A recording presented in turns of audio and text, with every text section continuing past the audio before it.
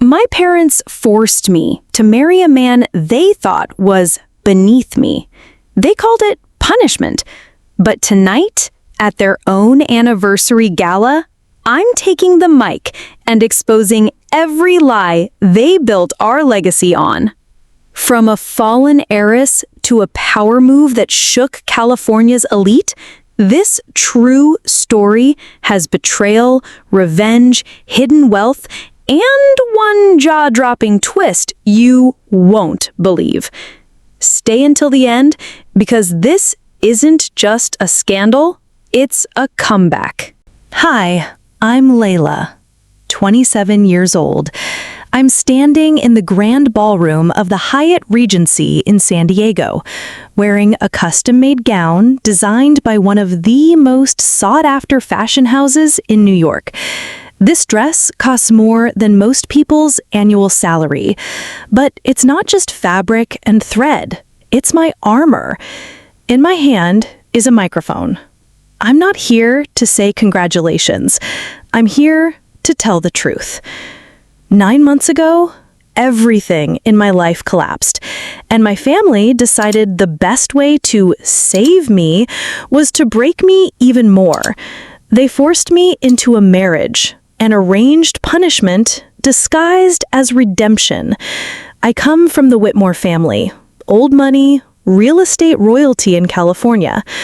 My father, Richard Whitmore, is one of the biggest real estate moguls on the West Coast.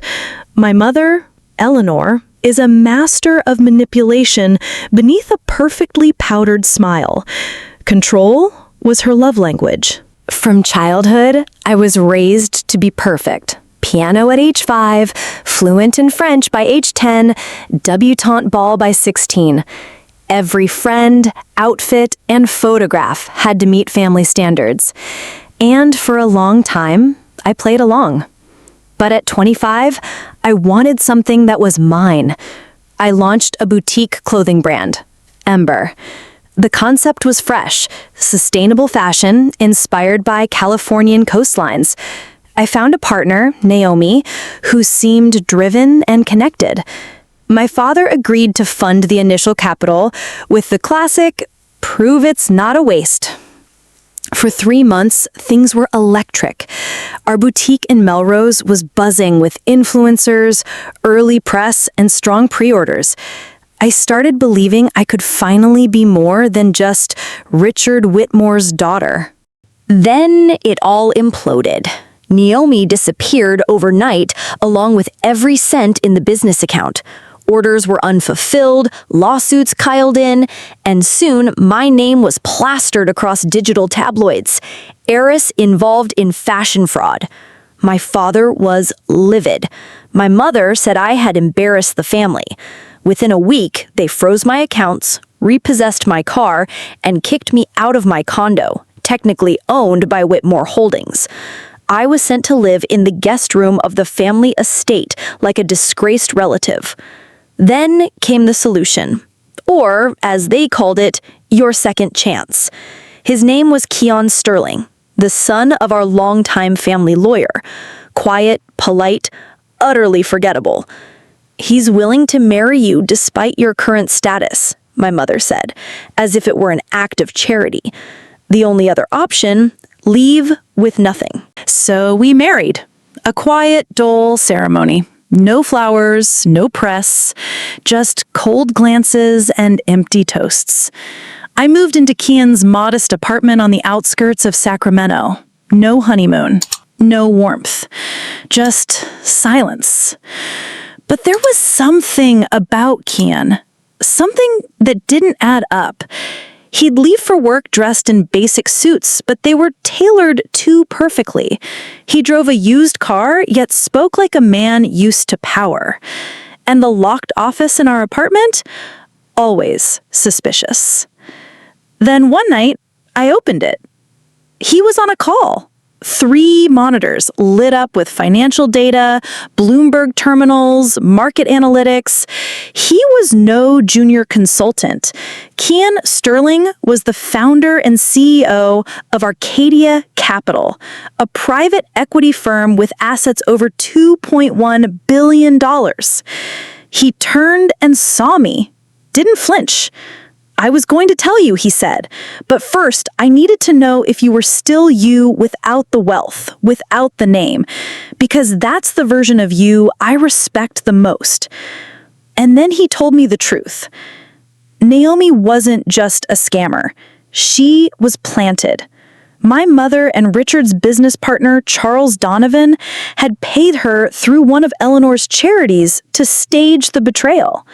They wanted me to fail. On purpose, because success on my own meant independence, and independence meant they lost control. Kian had proof. Emails, transaction trails, even a video confession from Naomi. We made a plan. The Whitmore's 30th wedding anniversary was our stage. I walked in with Kian in a crimson gown that defied every rule Eleanor had ever laid out. I took the mic, and I told my story. I exposed everything: the business sabotage, the false narrative of my incompetence, the payments from Eleanor's foundation to Naomi's shell companies, the role Charles Donovan played. I revealed who Kian really was: billionaire investor, not some family charity case. Screens around the ballroom lit up with evidence. The room erupted. Guests fled, investors cornered my father, board members started whispering about emergency votes. Eleanor's carefully maintained world came crashing down in a matter of minutes. 6 months later, I relaunched Ember. This time with real investors, including Arcadia. I hired honest partners. The brand soared. Naomi was arrested. Charles lost his board seat. Eleanor resigned from 3 charity boards. And me? I found love. Real love. Not the scripted, strategic kind. Kian and I rebuilt our marriage on trust, on truth. We moved into his penthouse in San Francisco. I even redesigned the space to reflect who we are now, not who we pretended to be. And if you're wondering, yes, my parents tried to reconnect. They offered contracts, public apologies, and scheduled interviews. But I declined. Reconciliation starts with accountability, I told them, not PR. Now, Ember thrives. Kian and I are true partners in life and in legacy. And I know something now I didn't know then. Sometimes the fall is what gives you wings. So if someone ever tells you you're ruined, remember this: what they call your failure might just be your beginning. If you were moved by this story, hit that like button, subscribe, and share it with someone who needs to hear that second chances are real, and sometimes they come disguised as rock bottom.